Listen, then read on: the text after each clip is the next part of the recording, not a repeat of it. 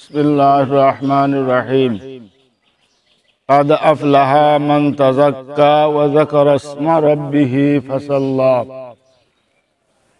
রব্বুল আলামিনের পবিত্র দরবারে শুকরিয়া জ্ঞাপন করি, যিনি আমাদেরকে সবচেয়ে বড় নিয়ামত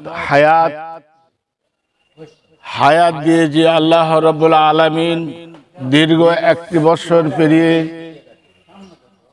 এই ঈদুল ময়দানে যে রব্বুল আলামিন আমাকে সহ আপনাদেরকে যারা মসজিদে এই ময়দানে আসার জন্য যিনি সুযোগ করে দিলেন, সে মহান রবের দরবারে অন্তর থেকে শুকরিয়া জ্ঞাপন করি। সবাই বলি আলহামদুলিল্লাহ।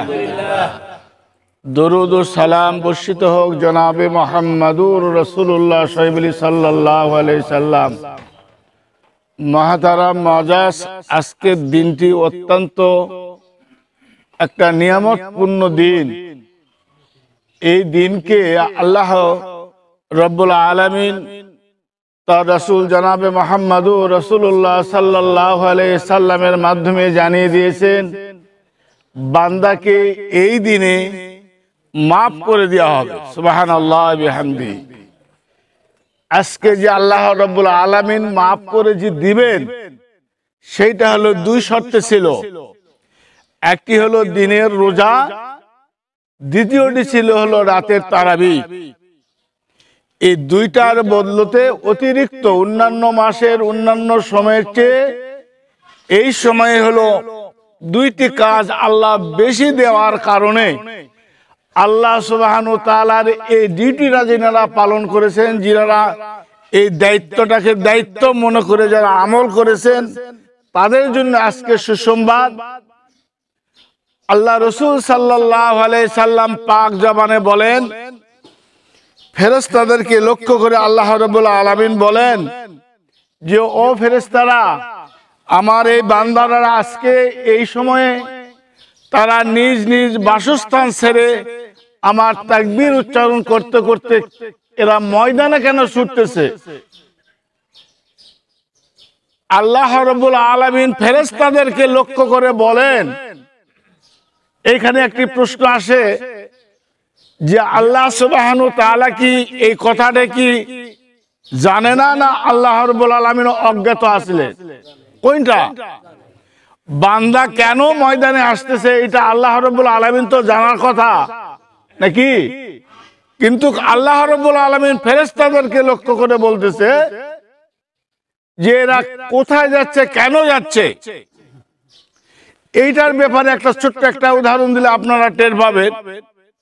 যেমন স্কুলের মধ্যে কোনো মাস্টার যদি কোনো ছাত্রকে জিজ্ঞাসা করে, বলো তো আম বানান করো তো দেখি, তার মানে এই নয় যে ওই শিক্ষক বা ওই মাস্টার আম বানান জানে না, নাকি? আম না জানার কারণে কি শিক্ষক জিজ্ঞাসা করে? না, ওই ছেলেটাকে প্রতিদান দেওয়ার জন্য জিজ্ঞাসা করে। কোনটা? প্রতিদান দেওয়ার জন্য জিজ্ঞাসা করে যে বলো আম বানানটা কি, কিন্তু শিক্ষকে আসলেই জানে। তো আল্লাহ রাব্বুল আলামিন আগের থেকেই তিনি জানেন যে বান্দার আজকের এই দিনটা কি, কিন্তু মূলত হলো প্রতিদান দেওয়ার জন্য ফেরেশতাদেরকে সাক্ষী রেখে আজকে এই দিনে আল্লাহ সুবহানাহু ওয়া তাআলা তার বান্দাকে একদম নিষ্পাপ করে ছাড়বেন। যে বান্দাকে আমি আজকে মাফ করে দিব 2টি শর্তে। একটি হলো তারাবি রাতের বেলা, আর দিনের বেলা রোজা। কিন্তু এখন আমরা কে কিরকম ভাবে মাপ পাবো, কে কতটুকু মাপ পাবো, এইটা আমরা নিজেরা চিন্তা করলেই বুঝতে পারবো যে আজকে আমাদের জন্য এই ময়দানে আসা সার্থকতা, সাফল্যতা, এইটা কি আদৌ ঠিক আছে, না এখানে ব্যর্থতা আসছে আমাদের? আমরা অনেকে হয়তো পুরো 1টি মাস রোজা হয়তো নাও থাকতে পারি, আবার তারাবি নামাজ নাও পড়তে পারি, কিন্তু ময়দানে আসছি। তাদের জন্য এই সাফল্যতা নয়, তাদের জন্য আজকে কর্মদিবস নয়, কর্মফল দিবস নয়। আজকে হলো কর্মফল, আজকে হলো আল্লাহ তাআলার প্রতিদান দেওয়ার দিন। আল্লাহ সুবহানাহু ওয়া তাআলা আজকে বান্দাকে বড় মায়া করে, বড় আদর করে পরিশেষে হাদিসটির পরিশেষে যে কথাটা বলা হয়েছে যে বান্দারা তোমরা ফিরে যাও, তোমাদের জীবনের সমস্ত গুনাহ খাতা আমি আল্লাহ মাফ করে দিলাম। আল্লাহ গায়বী থেকে, আল্লাহ কুদরতের নিজাম থেকে আল্লাহ বান্দাদের মাথায় হাত বুলিয়ে তারা বলে যে তোমরা ব্যর্থ নয়, তোমরা সফলতা অর্জন করেছো, যাও তোমরা বাড়ির দিকে ফিরে যাও, তোমাদের প্রতিদান আমি পুরা আমি আল্লাহ তাআলা আদায় করে দিলাম। সুবহানাল্লাহ বিহামদি। এই যে আল্লাহর ওয়াদা, আল্লাহ সুবহানাহু ওয়া তাআলা ঈদের মর্যাদা, ঈদের দিনের, ঈদের তাৎপর্য, খুশি। আমাদের খুশি কিসের? আপনারা ইতিহাস পড়ে দেখেন, হযরত ওমর রাদিয়াল্লাহু তাআলা আনহু এইরকম ঈদের দিনে যিনি ঈদের ময়দানে ইমামতি করবেন, কিন্তু তিনি ময়দানে উপস্থিত নাই। সাহাবারা গিয়ে বললেন যে আমিরুল মুমিনিন, আমরা সবাই উপস্থিত হয়েছি মাঠে, আপনি কেন বাড়িতে বসা? কোনো জবাব আসে না। সাহাবারা বাড়ির ভিতরে ঢুকে দেখলেন যে ওমর রাদিয়াল্লাহু তাআলা আনহু তিনি বাচ্চা মানুষের মতো হাউমাউ করে কাঁদতেছে। সাহাবারা জিজ্ঞাসা করলো, আমিরুল মুমিনিন, আজকে এই দিনে আপনার কান্নার উদ্দেশ্যটা কি? কেন কাঁদেন? আজকে না খুশির দিন? আমিরুল মুমিনিন তিনি বলতেছেন, ভাই আপনাদের খুশি হলে হতে পারে, কিন্তু আমার যে খুশি, এই খুশিটা আমাকে ভালো লাগতেছে না। তার কারণ যে আজকের এই দিনে আমি নাজাত পেলাম কিনা, আজকে আমার এই দিনে গুনাহ মাফ হলো কিনা, আল্লাহ গুনাহ মাফ করে দিলেন কিনা, এইটা আমার জানা নাই। এই জন্য ইতস্ত হচ্ছে আমি কোন খুশিতে আমি ঈদের ময়দানে উপস্থিত হব। সাহাবারা বললেন, আমিরুল মুমিনিন, আল্লাহর ঘোষণা অনুযায়ী, রাসূলের ঘোষণা অনুযায়ী যদি নবুয়তের খেলাফতের দায়িত্ব যদি চালু থাকতো, তাহলে মুহাম্মদ সাল্লাল্লাহু আলাইহি ওয়াসাল্লামের পর আপনাকেই নবী বানানো হতো। আল্লাহ আপনার গুনাহ আগেই মাফ করে দিয়েছে, আসুন ময়দানে চলে আসুন, আমরা ঈদের নামাজ আদায় করি। কথাটা আমি এই কারণে বললাম, তিনাদের চিন্তাধারা ছিল, তিনারা চিন্তা করতেন এইরকম, তাদের চিন্তা চেতনা ছিল এইরকম, তারা মাপ পেল কিনা, তারা নাজাত পেল কিনা। কিন্তু আমাদের কিন্তু এইটা নাই। ঈদের ময়দানের তাৎপর্য এখন আমাদের কাছে ফ্যাশনে পরিণত হয়ে যাচ্ছে। ঈদ মানে যেন সিমাই খাওয়া, ঈদ মানে যেন নতুন পোশাক পরা, ঈদ মানে যেন পটকা ফুটানা, ঈদ মানে যেন নতুন খেলাধুলা করা। আসলে এটা নয়। আসলে সুন্নতের ইত্তেবা এইটা নয়। অনুশোচনা করা, অনুধাবনা করা যে আমাকে আল্লাহ সুবহানাহু ওয়া তাআলা এই পুরা মাসে আমাকে মাফ করে দিলেন কিনা, আমি মাফ পেলাম কিনা, এইটা অনুশোচনা করার এইটা সময়। আজকে এই দিনে আল্লাহ সুবহানাহু ওয়া তাআলা বান্দাকে মাফ করলেন কিনা, আমি মাফ পেলাম কিনা, এইটার উপরে একটি চিন্তা করা, এইটার উপরে একটু আল্লাহ সুবহানাহু ওয়া তাআলার কাছে ধর্ণা দেওয়া, কিন্তু এইটা আমরা করি না। আমরা মনে করি দিন হায়াত আল্লাহ তাআলা দিলেন, আর আমরা খুশি অনুযায়ী, খুশি ভাবে আমরা ময়দানে চলে আসি। আসলে আদৌ কি আমরা কি খুশির উপযোগী হতে পেরেছি? আমরা কি সবাই এই খুশির হকদার? আমাদের এই নিয়মে এই ঈদের দিনে অনেক কিছু নতুন কিছু আপনার আমল আবিষ্কৃত হচ্ছে। এই দিনে আসে খেলাধুলা করে, খেলাধুলাটা আসে। খেলাধুলাটা কেন? এই দিনে অনেক ধরনের, বিভিন্ন ধরনের মানে অসাংস্কৃতিক ও ইসলামিক অসাংস্কৃতিক কিছু আমরা নিয়ে আসে আমল করি। গান বাজনা এবং খেলাধুলা এইগুলো এই জন্য নয়। আল্লাহ সুবহানাহু ওয়া তাআলা আমাদেরকে যে কারণে দিয়েছেন সেইটা হলো, আমাদের প্রয়োজন ছিল যে কান্নাকাটির মাধ্যমে খুশি উদযাপন করা। এই সময়টা, এই দিনটা পুরাটা একটা বৎসর পেরিয়ে আল্লাহ সুবহানাহু ওয়া তাআলা দিয়েছেন। এইখানে এইটাও আমরা নিয়ে আসতে পারি যে আল্লাহ সুবহানাহু ওয়া তাআলা এই দুনিয়া থেকে যিনারা চলে গেছে তাদের মতো যে আমাদেরকে করেন নাই, আমরা যে কবরে যে যাই নাই, এইটা আল্লাহ দেওয়া বিশাল একটা নিয়ামত। না কি মনে করেন? এটা কি নিয়ামত নয়? এই যে সূচনাটা আমরা করি না, এই কারণে আল্লাহ সুবহানাহু ওয়া তাআলার দরবারে আমাদেরকে নত শিরে আল্লাহ রাব্বুল আলামিনকে সিজদা করা এবং তার ইবাদত করা, এই কারণে আমাদের দরকার। দুনিয়ার সবচাইতে বড় নিয়ামত হলো হায়াত, দ্বিতীয়টা হলো সুস্থতা। এই দুইটা আমরা পেয়ে সদা সর্বদা সর্ব অবস্থায় সব সময় আমরা নাফরমানিতে নিমজ্জিত হয়ে আছি।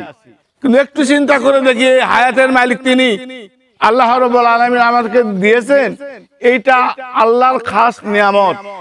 এই হায়াত এবং সুস্থতা এইটা যদি আমার থেকে থাকে, তো আল্লাহ সুবহানাহু ওয়া তাআলার গোলামি করার, আল্লাহর হুকুম আহকাম মানার আল্লাহ সুবহানাহু ওয়া তাআলা হকদার। আল্লাহর একটি হক আছে, সেইটি হলো গোলামি করা। কিন্তু আসলে আমরা গোলামি করি না। তো আসলে কি গোলামি আমাদের দ্বারা হয়? পরিপূর্ণ গোলামি হয়? আসলে পরিপূর্ণ গোলামি হয় না। আজকে এই ঈদের ময়দানে আমরা বিগত একটি মাস রোজা এবং তারাবি আদায় করলাম। এটা উপরন্তু একটা ডিউটি ছিল। এই ডিউটিটা বিনিময়ে আল্লাহ সুবহানাহু ওয়া তাআলা আমাদেরকে আজকে মাফ করে ছাড়বেন। আমরা আশাবাদী, আমরা সবাই কায়মুনে আল্লাহর দরবারে ফরিয়াদ করব, আল্লাহ যেন আমাদের জিন্দেগির সমস্ত গুনাহগুলিকে মাফ করে দেয়। আমাদের পারিবারিক, সামাজিক সব মানুষগুলিকে যেন আল্লাহ সুবহানাহু ওয়া তাআলা আমাদেরকে যেন মাফ করে দেন। আজকে শুধু মাফ পাওয়ার দিন। আমাদের বড় বড় বৃহৎ বৃহৎ গুনাহ গোপনে করা, প্রকাশ্যে করা যা গুনাহ ছিল, এই গুনাহগুলির জন্য আমরা আল্লাহর কাছে অনুশোচনা করে আল্লাহ সুবহানাহু ওয়া তাআলার দরবারে মাফ চাইবো, যেন আজকে এই ময়দান থেকে বের হওয়া আগেই আল্লাহ সুবহানাহু ওয়া তাআলা আমাদেরকে যেন নিষ্পাপ করে ছাড়েন। সবাই বলেন আমিন। একটা আজকের এই দিনের নামাজ, আজকে এই দিনের নামাজ ওয়াজিব একটি নামাজ। আমার সমাজের একটি প্রয়োজনীয় কথা না বললে নয়, সেইটি হলো এই, ঈদের দিনে উন্নত কোনো কাজের বাজেট না রাখা ভালো। এই দিনে উন্নত বেশি কাজের বাজেট না রাখা ভালো। জোহরের যেমন একটা ওয়াক্ত আছে, ফজরের যেমন একটা ওয়াক্ত আছে, ঠিক এই ঈদের নামাজেরও একটা ওয়াক্ত আছে। এই নামাজের একটি ওয়াক্ত অনুযায়ী ঈদের ময়দানে উপস্থিত হওয়া আমাদের সবার আবশ্যক। কেউ আগে কেউ পিছে এমন ভাবে সারিবদ্ধতা হয়ে আসতে হবে তাকবীরের মাধ্যমে। কিন্তু আমরা অনেকে হয়তো তাকবীর পড়ি নাই, তাকবীর হয়তো বলিই নাই। এই তাকবীরটা কে বলছে সুন্নত, কে বলছে হলো মুস্তাহাব। আমরা সুন্নতি ধরি বা মুস্তাহাবি ধরি। তো এই আমলের কথাটা আল্লাহ রাসূল সাল্লাল্লাহু আলাইহি সাল্লাম বলেছেন যে আমার উম্মত এই তাকবীরটা পড়তে পড়তে যেন ঈদের ময়দানে আসে, একত্রিত ভাবে আসবো। যখন আসবো তখন বোঝা যেন যায় যে আমাদের জামাতের মানুষ সবাই উপস্থিত হয়েছে। জামাত কিন্তু এইটা ফরজ, জামাত একত্রবদ্ধ হওয়াটা ফরজ। নামাজ সুন্নত হতে পারে, মুস্তাহাব হতে পারে, আপনার ওয়াজিব হতে পারে, সেইটা আলাদা কথা। কিন্তু জামাতকে মানা, জামাতে একত্রিত চলাফেরা করা, এটা আল্লাহ রাব্বুল আলামিন নির্দেশ দিয়েছে। একত্রিত ভাবে মানুষ চলবে। এই জন্য আজকে আমার মূল কথা ছিল যে আল্লাহ তাআলা আমাদেরকে মাফ করে দিয়েছেন দুই শর্তে, একটি হলো তারাবি, একটি হলো রোজা। আমরা আল্লাহ তাআলার কাছে বলবো অন্তর থেকে যে আল্লাহ, আমরা রোজার একটি মাস রোজা করেছি, তারাবির নামাজ আদায় করেছি, আমরা তাকবীর পড়তে পড়তে আমরা ময়দানে এসেছি আমাদের গুনাহ মাফের জন্য।